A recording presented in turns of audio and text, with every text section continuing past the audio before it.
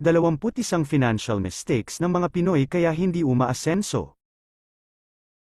Una. Pagkakaroon ng anak kahit wala sa plano at hindi financially stable. Pangalawa. Madaming bisyo gaya ng sigarilyo at alak.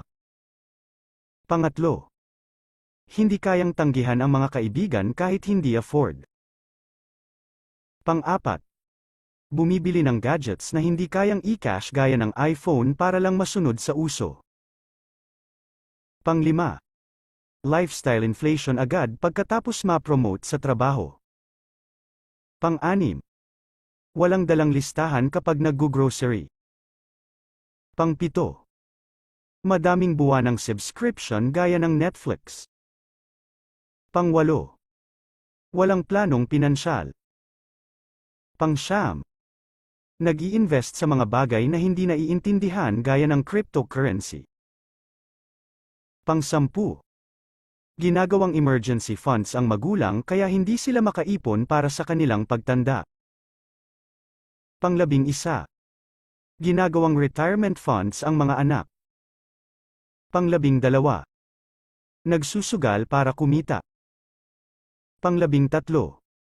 Ginagastos agad ang kinita imbis na ipaikot ulit, pangkaraniwan sa may negosyo.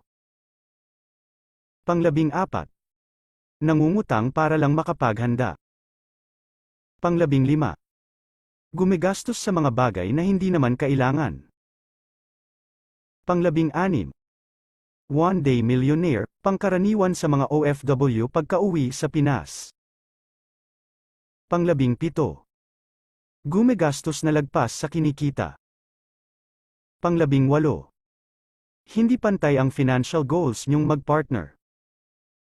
Pang-19. AFAM ang ginagawang source of income. Pang-20.